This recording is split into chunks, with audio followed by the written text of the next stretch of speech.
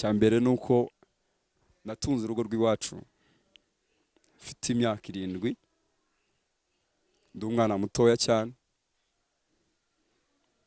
abaye hano muri Kabuga ba Kigali genda nkora akazi gatandukanye ariko mu bihumbi 2000 najyaga nikorera imizigo y'abantu bazi ibintu byitwa imizigo igiceri cya 20 kugira ngo mu rugo iwacu ngewe na mama tubeho hatahana ibijumba by'ijana inyanya n'ubunyobwa ibintu nk'ibyo tuntu twa 20 tuntu turaho hatahana agafuka ndetse nava no ku ishuri nkanyuraho bikorera imizigo ku isoko narangiza nkikorera nkabona gutaha mu gihe abandi bana batabagiye kurya ngiye natahaga njyanye ibyo guteka nk'umugabo. Iyi ni Bohorwa Official TV.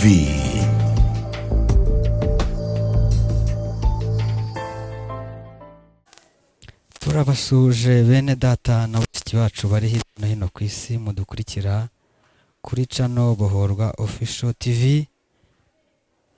Mbere na mbere tubifurije umwaka mushya muhire wa 2025 uzababere uwishya n'ihirwe. Nk'ibisanzwe Zivariente tumaje kubana kenshi muri studio yacu nk'uko mubimenyereye tubazanira abaririmbyi tubazanira abavuga butumwa tubazanira abantu batanga ubuhamya. Mwabonye ko mu buhamya habamo ubuhamya bushobora kukubaka bushobora kukugarura imbere y'Imana bushobora kukugarurira icyizere mu buzima bwawe wari waritakarije icyizere cy'ejo hazaza bitewe n'ibyo waciyemo ariko kubera abavuga butumwa tubazanira hirya no hino bagerageza kukumvisha ko Imana iri hejuru ya byose ishoboye byose. Rero uyu munsi wa none twongeye kuzana undi muvuga butumwa muri kubona imbere ya kamera yacu. Tugiye kumwakira yivuge namara kwivuga asenge ubundi atugeze ijambo ry'Imana bitewe nuko umwuka w'Imana ari bumuyobore kuko dufitiye byinshi twagiye dukurikira hirya no hino ivuga butumwa rye dukurikira ubuhamya bwe. Afite ubuhamya bushobora kukubaka afite ijambo ry'Imana muri we rishobora kukubaka. Rero dutangirane uko dutangiranye tuba ariko dusozanya utangirane nawe usozanye nawe. Ndabizi ko uko uri butangire wumvira ijambo rirahindura byinshi muri wowe. Hari byinshi biri buhinduke mu buzima bwawe. Hari imbuto zari zarasinziriye zigomba kongera zikamera muri wowe bitewe n'uwo muvuga butumwa uri imbere yacu. Umukozi w'Imana tuguhaye karibu muri studio za Bohorwa Official TV. Umwanya nuwawe kugira ngo ugeze ku bwoko bw'Imana icyo Imana yashyize mu mutima wawe uko umwuka wera ari buyobore aba ariko nawe ukora. Karibu. Yego mukozi w'Imana urakoze kunyakira. Imana igumugisha cyane. Amazina nitwa Bizimana Olivier. Umugabo ndubatse. Mfite umugore umwe n'umwana umwe ntabwo nteganya kuzashaka uwundi. Uwo niwe jewe mugoroba cyangwa se amasaha ni jewe Imana yararitse kugira ngo dusangire ijambo ry'Imana. Ijambo ry'Imana n'ubuzima. Ijambo ry'Imana rihindura amateka. Twatangira rero dusenga kugira ngo tuganire ku cy'Imana yateguye uyu munsi ko tuganiraho. Imana ibahereze umugisha. Data mu izina rya Yesu Kristo Imana ishobora byose. Uri mwiza ibihe n'ibihe ugira neza twarakubonye twabonye neza yawe si rimwe si kabiri twabonye ukuboko kwawe. Twarakubonye tudafite ishusho urangije uduhereza ishusho. Twarakubonye twandagaye urangije uraza uratwandurura. Uyu munsi niyo mpamvu twaje kugira ngo duhamye ineza yawe n'ubuntu bwawe. Twongere kubwira abantu ko uracyari ya Mana ikora uracyari ya Mana ivuga imitima y'abenshi yari yihebye, ariko uyu munsi baze kongera kubona ineza yawe mwami, kuko waranyiyeretse. Mbona gukora kwawe, mbona kugira neza kwawe. Urakoze rero, ndagushimiye mwami w'abami. Reka imbaga nyamwinshi iteranye kunkurikirana aya masaha mwami Imana, abari barwaye, abari babuze ibyiringiro, abumvaga bicitse, ababonaga ko byanze, abumvaga bakwiyahura, abumvaga ubuzima babuhaze, mwami reka babone gukora kwawe, kuko narakubonye mwami, igicu cy'umwijima kibuditse ku buzima bwanjye. Ndangije ndakubona uhindura amateka y'ubuzima bwanjye. Uyu munsi mwami dufite ubuhamya bw'ibifatika wakoze. Urakoze mwami, mu izina rya Yesu Kristo dusenze twizeye ko byumvise, amen. Imana rero ibahereza umugisha abankurikiranye mwese aya masaha. Ndongeye ndabasuhuje, ndabararikira kuba maso, mu byo ntajya ngira, sinjya ngira isoni zo guhamya umwami w'abami, niyo naba ndi hehe, kuko ni ikintu kinezeza umutima wanjye. Rero ababyeyi, abasore, cyane cyane isi igoranye y'ibyaha byinshi, isi yuzuye gahinda, isi yuzuye ibibi byose, ndagira ngo mbabwire ngo iyo wakiriye umwami w'abami akugirira neza, agahindura ubuzima, kaguha kwambara kaberwa nk'uko sagurya. Ngira ngo murabibona, ntago ari uko byahoze ntago ari uko byahoze, ariko turashima Imana no kuri bene data. Rero mwene data wowe nkurikiranye aya masaha, ndagukangurira kuba maso. Amen, amen. Ube maso, nuba maso uraza kwakira igitangaza cyawe. Akenshi dukunda kuvuga abantu Imana yagiriye neza muri Bibiliya, ariko nyamara natwe twaragiriwe neza n'Imana. Niyo mpamvu akenshi tugomba kubihamya, tukaza ku mugaragaro, tukaza tugatangaza imirimo yawe wakoze Mana. Ndagira ngo nkurikiranye aka kanya bisubiremo, ube maso. Nifuje ko tuza kuganira ijambo, ntabwo ndasoma icyanditswe, ariko ndashaka ko tuvuga ku ijambo rivuga ngo nabazaniye uyu munsi, iki gicamunsi nabazaniye ijambo rivuga ngo ntutinye imiraba urimo, kuko Yesu ayirimo. Ariko muri kumva iryo jambo ndiho mbabwira, ntutinye imiraba urimo uyu munsi, kuko iyo miraba Yesu ayirimo. Nihe miraba yariri imbere yawe? Nihe miraba wabonaga ikubangamiye? Ese ni imiraba y'ubushomeri? Ese ni imiraba y'amadeni? Ese ni imiraba y'uburwayi? Imiraba iyo ariyo yose mwene data ufite, ndagira ngo nkubwire ngo ntutinye, Yesu ari muri iyo miraba.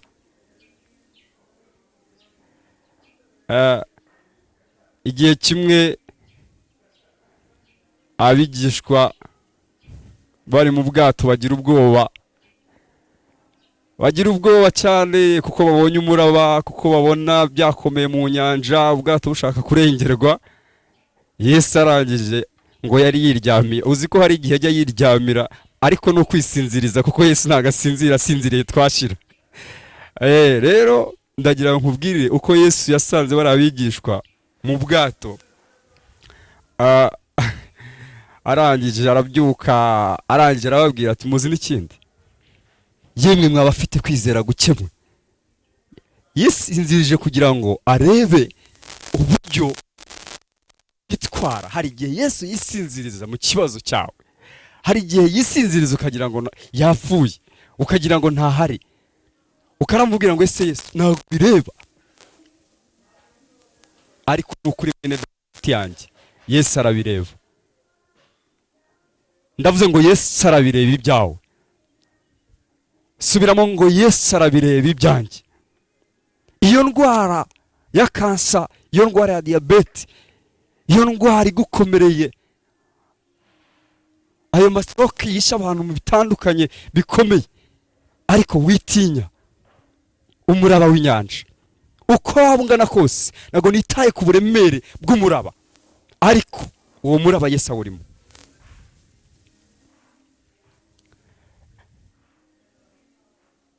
Hari igihe umuntu rimwe na rimwe ahura n'ubuzima akavuga ariko ubundi wowe wakwiyambura ubuzima nkigendera ko n'ubundi ntacyo maze, ariko ufite icyo umaze. Imana yakuremye ifite umugambi. Ndaza kubabwira ubuzima burahinduka. Hari umuntu umwe yigeze kuvuga ngo ingorofani yahindutse indege. Uzi ko ingorofani igihinduka indege? Mwene data, shuti yanjye unkurikiranye, humura, Yesu ari mu muraba. Yesu ari muri uwo muraba. Hari icyanditswe ndibuze gusoma, hari ahantu muri Zaburi ya 93 Nerevare yitanga. Rero bene data, reka twinjire mu ijambo ry'Imana nyirizina, icyo nabateguriye uyu munsi, kugira ngo dusangire ijambo rya nyiri ijambo. Ntabwo ari ijambo ryanjye, ni ijambo rya nyiri ijambo, kandi iri jambo rirakiza, iri jambo rirazura. Muraza kubyumva, muraza kunyumva. Ndagenda mbacira mu makeya, mbabwira uburyo Yesu agira neza agahindura amateka, mbabwireho impamvu uyu munsi mpagaze ndi umugabo. Ndaza kubabwira uburyo Yesu akiza indwara umuntu amaze nk'imyaka 15 agakira. Uyu ni nari ndiho mvuga ngo tugiye kuganira mu nkuru ziri muri Esteri. Tugiye kureba uyu mukobwa witwa Esteri. Ni igitabo maze igihe nsoma, ni igitabo nakunze, ni igitabo kirimo impinduka nyinshi zaranze uyu mukobwa, ariko byaturutse mu kubaha Imana. Esteri yari umuntu wibereye iyo mu cyaro, byango nta nubwo yari umukobwa mwiza ushamaje ngo, ariko ikintu yakundaga uyu mukobwa, yakundaga gusenga. Ibyo byose nababwiye byose biva mu gusenga, niko umuririmbyi yavuze. Iyo wasenze Imana nagukorwa n'isoni mwene data. Twihuse rero, reka tujye muri Esteri turebere hamwe Esteri ibice bibiri. Tugiye gusoma ku murongo waho wa 12. Ijambo ry'Imana rirambwira neza ku murongo waho wa 12 ngo, kandi umukobwa wese yagiraga igihe cye cyo kumurikirwa umwami amaze gusohoza itegeko ry'abagore. Ahangaha nshobora kuvuga ngo ufite igihe cyawe. Nubona abandi bazamuka, nubona abandi hari aho bagera, ntukagire ishyari, ntukagire ubugome, ujye ushima, uvuge ngo ndagushimiye kubwa mugenzi wanjye. Kandi ikintu nshaka kubabwira ni kimwe: iyo mugenzi wawe yazamutse yagiye, abavuye mu nzira nawe ugiye gukurikiraho. Ubundi sibye byateye ntazi, nta mukristo ugomba kugira ishyari. Nimba hari aho nageze, tujye dushima Imana ku bwanjye, uvuge ngo ndashimana ku bwa Olivier kubera ko hari aho yageze, nanjye mwami nzi kuzahangeza. Kandi umukobwa wese yagiraga igihe cye cyo kumurikirwa umwami. Reka ntinde aha hantu gatoya. Buri muntu wese aha ashobora kuza kuvuga umukobwa, ariko wishyiremo. Wumve ko igihe cyawe cyo gutabarwa n'Imana gihari mwene data. Erega iyakurinze cya gihe, bwa buzima wanyuzemo, ya mibereho mibi, bwa burwayi, bwa bundi bakubwiye ngo nagushobora gukira, arakiza. Yesu ndamukunda, arakiza. Ariko ufite igihe cyawe. Umutwe w'ijambo natangiye mvuga ngo ntutinye umuraba w'inyanja, kuko Yesu ari muri uwo muraba. Ufite igihe cyawe. Nubwo waba uri muri uwo muraba, ufite igihe cyawe. Igihe cy'Imana cyageze, icyo gikundira irakora. Nta warambura ukuboko ngo aguhagarike, nta warambura, nta n'umurozi waza ngo akuroge. igihe cy'Imana cyageze, amasezerano yawe ugomba kuyakira. Akira amasezerano yawe mu izina rya Yesu. Ndavuze ngo uyu mugoroba wakira amasezerano yawe mu izina rya Yesu. Kandi umukobwa wese yagiraga igihe cye cyo kumurikirwa umwami. Iki ni igihe habayeho ukuntu umwami witwaga Ahasuwerusi, hari ukuntu yari afite umugore witwa Vashiti, aza gusuzugura umwami ariwe mugabo we. Umwami aravuga ati oya, ahura n'abajyanama aravuga ati mwirukane. Umwami arategeka ngo mu bihugu byose aho ngaho mu midugudu hose ngo nimuteranye mushakira abakobwa 10 ngo bashyira mu nzu. Ni inkuru ndende umuntu atavugamo cyane. Babashyira mu nzu, bashyiraho bamwe bisiga makiyaje, makeup nziza, ariko Esteri navuga ngo nta kantu nishyiriyemo, yisiga isengesho. Ndavuga ngo wisiga isengesho mu izina rya Yesu.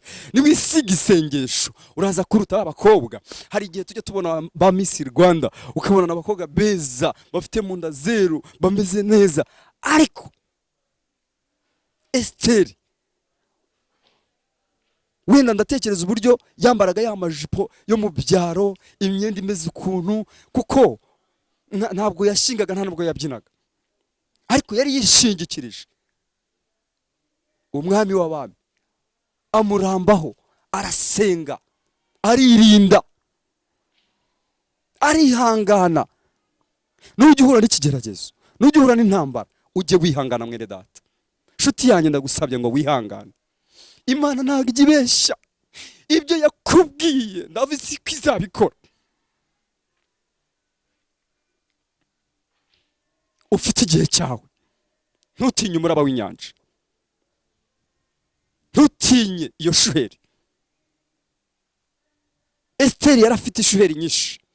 Muzi ko umuntu wamureraga ari se wabo wo bitaga Morodekayi, nawe utarashinga, utarabyinaga, kimenye iminyakazi yari afite, yari umuzamu ku irembo. Aho ngaho namwe ibibazo umuntu w'umuzamu atunze umuntu.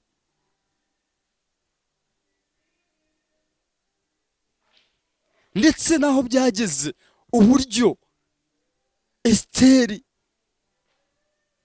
yaje kugira igihe muri ba bakobwa 10 navuze, buri muntu wese w'umukobwa ngo yagiraga igihe cyiwe.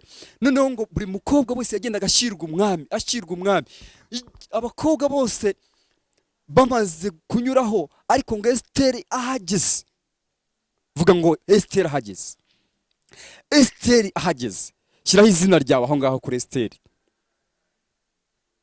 Ahageze ngo umwami, ikimenyetso cyagaragaza yuko yakwishimiye, ngo yaramburaga inkoni akayigutunga. Bivuze ngo aragutoranyije.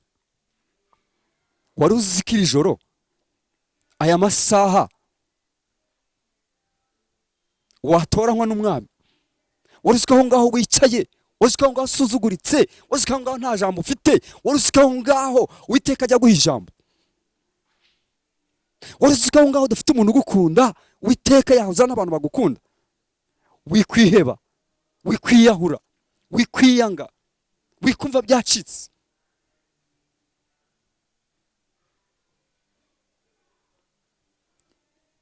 Wikumva ko byacitse. Uribuka umugabo witwa Lazaro, yari ameze nabi, ariko igihe kimwe kiragera amateka arahinduka. Bartimayo ari impumyi, ari aho ngaho araho atabona, Yesu ngo amugezeho gusa atoba kondo. Ibyondo bikiza umuntu.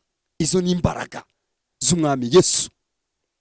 Aravuga ngo genda wiyuhagire. Aragenda ariyuhagira, agaruka abona. Ndavuze ngo akira kubona mu izina rya Yesu. Akira kubona ibyo utabonaga mu izina rya Yesu. Akira kubona ibyo wabonaga bitashoboka mu izina rya Yesu. Tangira ubyakire mu izina rya Yesu Kristo. Mushumba wacu ahetse kutubwira, aratubwira ngo n'umwaka wo kugera kure cyane. Ndavuze ngo aka kanya nanjye ugere kure cyane hashoboka, aho utigeze utekereza mu nzozi zawe. Ndavuze ngo aho ngaho nuhagere mu izina rya Yesu. Reka tumanukeho gatoya, twongere dusome ku murongo waho wa 15 muri icyo gice. haravuga ngo nuko igihe cya Esiteri cyo kumurikirwa umwami gisohoye. Umva noneho hejuru havuze ngo buri mukobwa wese afite igihe cye. None ku murongo wa 15 haratubwiye ngo nuko igihe cya Esiteri kigeze. Vuga ngo nuko igihe cyanjye kigeze. Haleluya! Nuko igihe cyanjye kigeze cyo kumurikirwa umwami. Icyamuye umugoroba ukamurikirwa umwami, icyamuye umugoroba umwami akakubona akakwishimira, yarangiza akagutunga inkoni. Igihe cya Esiteri kigeze cyo kumurikirwa umwami. Esiteri aragenda ashyirwa umwami. Ni birebire ngo umwami amubonye aramushima. Ndagusabye uyu mugoroba umwami nakubona mwene data agushime. Umwami nakubona ntakubonemo inzangano, ntakubonemo ubugome, ntakubonemo uburozi, ntakubonemo ubutini n'ubutiriganya, ntakubonemo ubuntu buri aho ngaho bweze, ntakubonemo ubupagani bwo mu rusengero. Akubonemo gusa avuge ngo dore uyu muntu ni uwanjye, uyu muntu arakiranuka, uyu muntu nubwo yaburara, uyu muntu nubwo yakwambara ubusa, uyu muntu ndamubona, umutima wanjye ukishima, ndamubona sinukirwe. Icyamuye umugoroba Uwiteka kwishimire. Ndavuze ngo uyu mugoroba Uwiteka kwishimire mu izina rya Yesu. Ndavuze ngo uyu mugoroba Uwiteka kwishimire mu izina rya Yesu.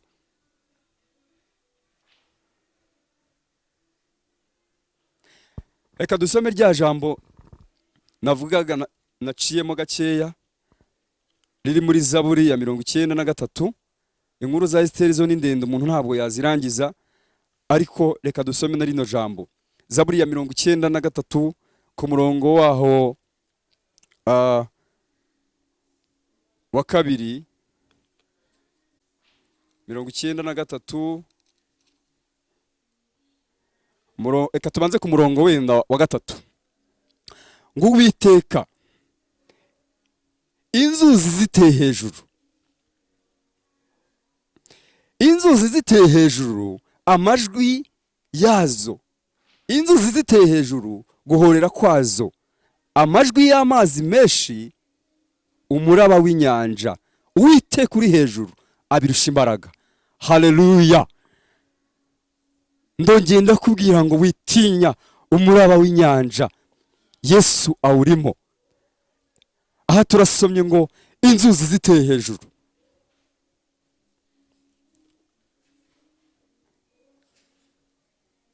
Inzuzi ziteye hejuru amajwi yazo, inzuzi ziteye hejuru guhorera kwazo, amajwi y'amazi menshi Uwiteka uri hejuru abirusha imbaraga. Haleluya, amena.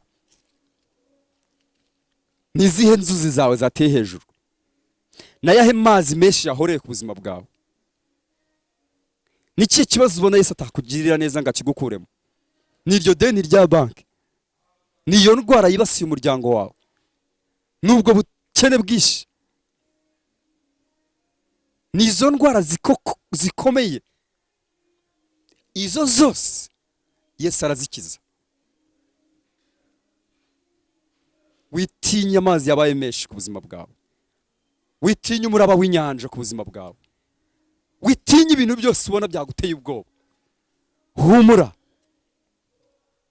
humura, humura wa mugabo, humura wa musore, humura wa mumama, humura mukecuru nawe umusaza, muhumure. Ayo mazi, izo nzuzi zateye hejuru n'uwo muraba w'inyanja ntibibatera ubwoba, apfa kuba Yesu ari hejuru yabyo. Urabizi iyo wibereye nko hejuru ibindi biri hasi, ikiri hejuru kiba gifite imbaraga kurusha ikiri hasi. Humura, Yesu ari hejuru y'ubuzima bwawe. Ntiwiyahure mwene data, ntiwiyahure wa mukobwa we, ntiwiyahure wa musore, ntuhangayikishwe n'ubuzima. Imana ni nziza, Imana ni nziza. Rero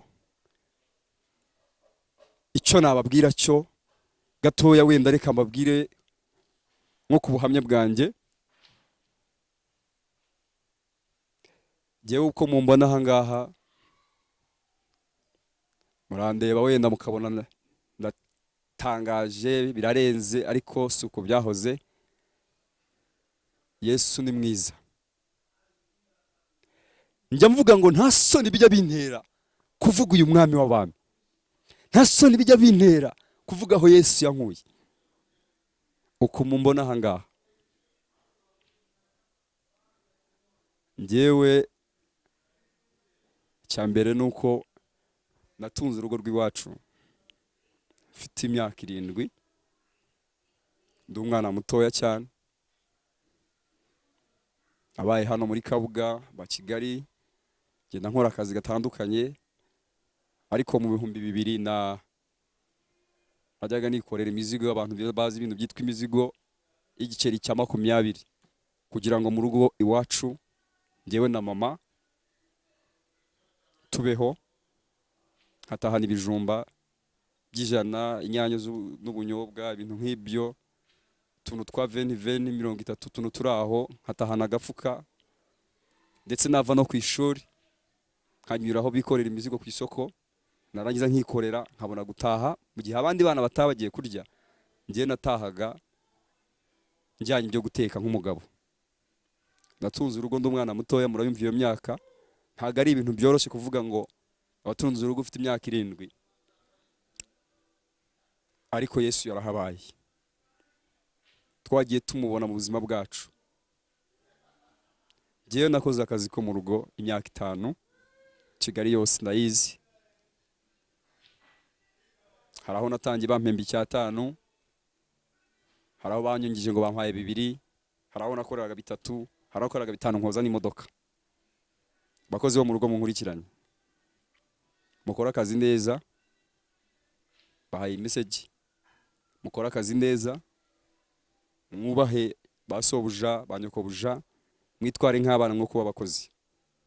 Hano hose ubu ngubu nakoze, bamwe tujya duhura uyu munsi murabona ko ndi umugabo,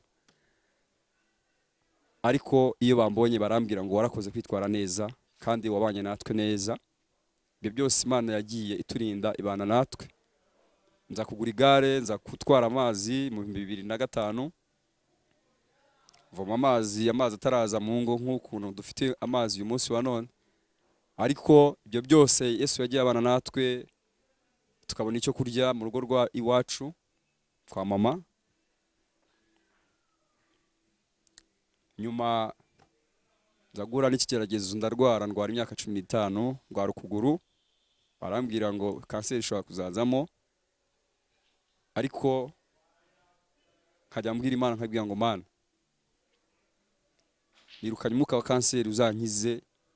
Mu buzima busanzwe nkunda kubyinira Imana mu rusengero, abanzi baranzi.